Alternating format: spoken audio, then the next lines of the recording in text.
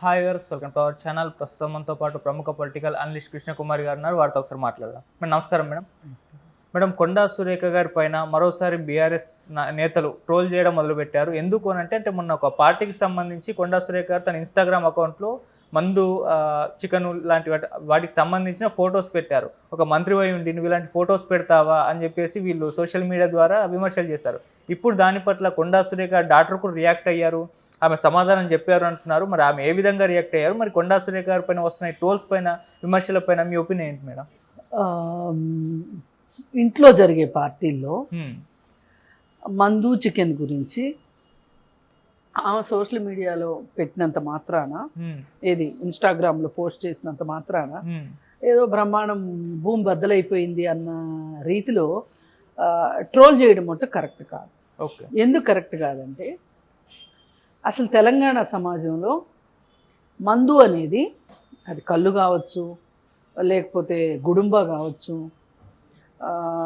Liquor కావచ్చు, వారి వారి స్థాయిలను బట్టి తీసుకుంటూ ఉంటారు. అసలు దాని గురించి ఆక్షేపణే లేదు. ఒకప్పుడు ఉమ్మడి ఆంధ్రప్రదేశ్ ఉండగా చాలా పాత రోజుల్లో ఆదాయము అంటే తెలంగాణ ప్రాంతంలో అబ్కారీకి సంబంధించిన ఆదాయం ఒకటే ఉండేది, మిగతా ఆదాయాలు చాలా తక్కువగా ఉండేవి.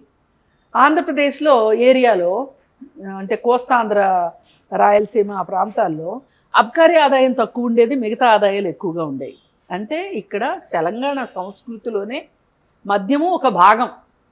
అలా అని మనం మద్యాన్ని ప్రమోట్ చేస్తున్నామని కాదు సుమా. ఇక్కడ వారి వారి స్థాయిలను బట్టి పెళ్లిలోనూ, చావులోనూ, ప్రతి వేడుకలోనూ, ప్రతి పండుగలోనూ, మరీ మాట్లాడితే దసరా వచ్చింది, దీపావళి వస్తుంది, సంక్రాంతి వస్తుంది. సంక్రాంతి ఇక్కడ తక్కువ చేసుకుంటారు కానీ దసరాకి మట్టుకు చాలా బాగా వేటలను కోసుకోవటము, ఆ రోజు మందు తాగటము, తినటము, తాగటము, రోజంతా అదే పనిలో ఉంటారు. అంటే అది ఒక పండుగ వాతావరణం. ఇప్పుడు మనిషి చనిపోయిన రోజు బాధ మర్చిపోవటానికి మందు తీసుకుంటారు. అలాగే దినం రోజు అంటే కర్మలప్పుడు ఫుడ్తో పాటు మందు ఇస్తారు. ఈవెన్ మహిళలు సైతం తీసుకుంటారు. ఇక్కడ ఇప్పుడు అన్ని చోట్ల తీసుకుంటున్నారు, అది వేరే విషయం అనుకోండి. పైగా ఇంట్లోనే కూర్చొని అందరూ కలిసి మందు తీసుకుంటారు. ఒక్కొక్కసారి అయితే కళ్ళు లాంటివి అయితే పిల్లలకు కూడా ఇస్తారు. అందుకని ఇవేవి ఇక్కడ సమాజము ఒక ఆచార వ్యవహారాల నుంచి, సాంప్రదాయాల నుంచి అంత వాడుకలో ఉన్న వాటిని బట్టి అలా కొనసాగుతూ ఉంటాయి. ఒక్కో ప్రాంతానికి ఒక్కొక్క అభిరుచులు మారిపోతుంటాయి, తిండి వ్యవహారాలు మారిపోతూ ఉంటాయి. ఇప్పుడు నువ్వులు ఉన్నాయి కదా, నువ్వులతోటి మెరక ప్రాంతాల వాళ్ళు పూర్ణాలు చేసుకుంటారు. అదే కొంచెం డబ్బులున్న వాళ్ళు, అలాగే మాగాణి ప్రాంతాలలో ఉండేవాళ్ళు శనగపప్పు బెల్లంతో పూర్ణాలు చేసుకుంటారు. వాటిని ఇంకేదో కూడా అంటారు, బూరెలు, పూర్ణం బూరెలు అంటారు, చేసుకుంటారు. అంటే దీని అర్థం ఏంటి? అసలు ఈ ప్రాంతం వాళ్ళు, అసలు మెట్ట ప్రాంతం వాళ్ళు శనగపప్పుతో చేసుకోరు. ఇక్కడ నువ్వులు ఎక్కువ పడతాయి. ఇప్పుడు తెలంగాణలో కూడా నువ్వుల బూరెలు వండుతారు. అందుకని మనం ఆలోచించాల్సింది ఏంటంటే, ఇదేదో అసలు ప్రపంచంలో మొదటిసారిగా చేశారు. ఇప్పుడు సురేఖ మీద ఉన్న అక్కసు, కొండా సురేఖ మీద ఉన్న అక్కస్ని ఇలా రకరకాల విధాలుగా వాళ్ళని టార్గెట్ చేసి విమర్శించడం అనేది చాలా తప్పు.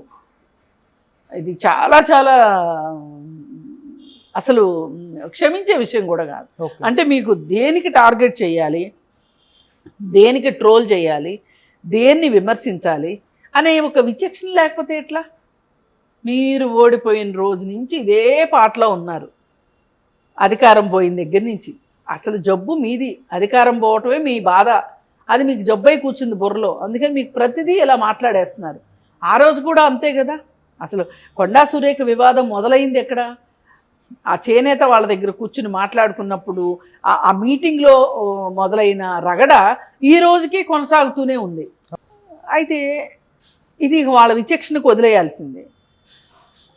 ఇప్పుడు పోయినసారి కూడా ఆమె ఏమంటుంది, నా మీద ట్రోలింగ్ చేసిన వాళ్ళని ఆయన సింగపూర్లోనో దుబాయ్లోనో దాచిపెట్టాడు అని చెప్పి మాట్లాడుతుంది. దానికి ఊతం ఇచ్చేటట్లు ఉన్నాయి కదా ఇవి. అవును. అంటే వీళ్ళ బాధ ఏంటంటే, నేను ఆయన మీద నాగార్జున పైన చేసిన వ్యాఖ్యలనైనా ఉపసంహరించుకుంటాను కానీ ఈ వ్యాఖ్యల్ని ఉపసంహరించుకోను అని ఆవిడ అన్నది కాబట్టి వీళ్ళకి ఇంక మరీ బాధగా ఉందన్నమాట, మరీ కోపం వచ్చేసేసింది అనమాట. ఏది ఏమైనప్పటికీ ఆవిడ పని విధానం గురించి మీరు మాట్లాడండి. ఆవిడకి ఇచ్చిన శాఖ, అటవీ శాఖ, వాటికి సంబంధించి ఆ పని విధానం గురించి మీరు విమర్శిస్తే బాగుంటుంది. కానీ ఇట్లా ఆవిడ కట్టుబొట్టు గురించి కానీ, ఆవిడ తిండి తిప్పల గురించి కానీ, వాళ్ళ విలాసాల గురించి కానీ మాట్లాడడం కరెక్ట్ కాదు. అసలు ఈ కాలంలో, ఈ రోజుల్లో ఇలా మాట్లాడడం అసలు కాదు. ఇప్పుడు వాళ్ళ ఎక్కడ చూసినా హోటల్స్ కూడా మామూలుగా ఫ్యామిలీస్ వెళ్ళి హోటల్స్లో కూడా బహిరంగంగా మద్యం తీసుకుంటున్నారు. అలాంటప్పుడు వాళ్ళు స్టేటస్లు పెట్టుకుంటున్నారు. కానీ ఒక మంత్రి అయ్యి ఉండి నువ్వు పెట్టకూడదు అనే దానికి మీరెందుకు ఇంత ఉత్సాహం ఎందుకు మీకు అసలు? ఇది ఒక విషయం. అయితే మనం రెండో వైపును కూడా ఆలోచిస్తే, ఆవిడ అది పోస్ట్ చేయకోకుండా, అంటే ఇప్పుడు మనం ఒక రకంగా మద్యం ఎంత కుటుంబాలని, ఇవన్నీ సంతోషకరమైన సందర్భాల్లో చేసుకునే వ్యవహారాలు ఇందాక మనం మాట్లాడుకున్నది. కానీ ఒక పేద కుటుంబంలో ఒక కార్మికులు కావచ్చు, రోజువారీ పనులు చేసుకునే వ్యక్తులు కావచ్చు, వీళ్ళు సంపాదించిన డబ్బుల్ని మద్యానికి వాడేసేసి, ఇంట్లో వాళ్ళకి డబ్బులు ఇవ్వకపోయినా పర్వాలేదు కానీ వెళ్ళి వాళ్ళని హింసకి పాల్పడుతున్నారు. అసలు కొన్ని చోట్ల అయితే పిల్లలు స్కూళ్ళకు కూడా వెళ్ళట్లేదు. తల్లిదండ్రులకి పిల్లలే వస్తారు బుడ్లు తీసుకొని, కళ్ళు బుడ్లు తీసుకొని. చూసాం మహబూబ్ నగర్ అటు సైడు కొన్ని స్కూళ్ళల్లో మాట్లాడడానికి వెళ్తే పిల్లలు కొంచెం వాళ్ళకి ఇంట్లో వాళ్ళకి ఇస్తున్న దారులు వీళ్ళు కొంచెం సిప్ చేస్తారు, స్కూల్కి వచ్చి నిద్రపోతుంటారు. అసలు కొంతమంది పిల్లలు స్కూల్కే రారు. ఇలాంటి పరిస్థితులు కూడా ఉన్నాయి. ఆడవాళ్ళు కూడా దానికి బానిసలైపోయిన పరిస్థితి ఉంది. మనం దాని నుంచి బయటపడాలి కదా మరి. అలాంటప్పుడు మీరు ఒక మంత్రిగా మీరు అలా పెట్టడం ఒక రకంగా ప్రోత్సహించినట్లే అవుతుంది కదా. అది కూడా ఆలోచించుకోవాలి. ఎందుకంటే ఇక్కడ విషయం ఏంటంటే,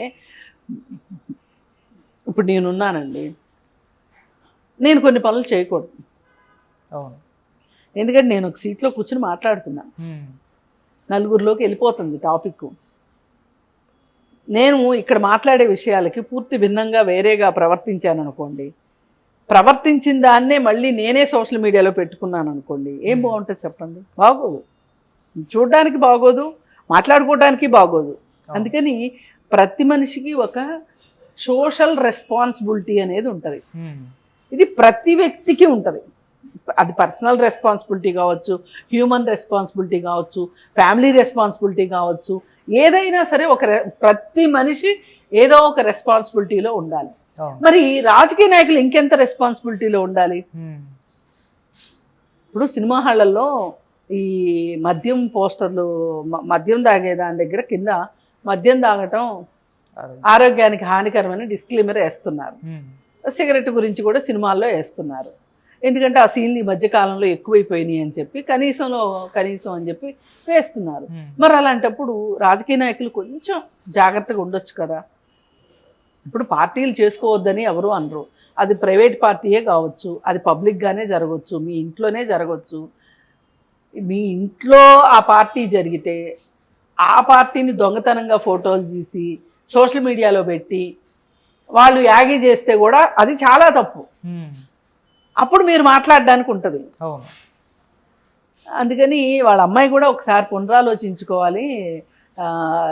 ఇప్పుడు మేము అధికారంలో ఉన్నాం కాబట్టి మేము ఏం చేసినా చెల్లుబాటు అవుతుంది అని కానీ, లేకపోతే వాళ్ళు మమ్మల్ని అనవసరంగా టార్గెట్ చేస్తున్నారని కానీ మీరు అనుకోవడం కూడా కరెక్ట్ కాదు.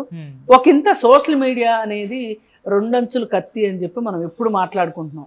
అది ఎంత ఉపయోగకరమో అంత ప్రమాదకారి కూడా. దాన్ని కూడా దృష్టిలో పెట్టుకోవాలి.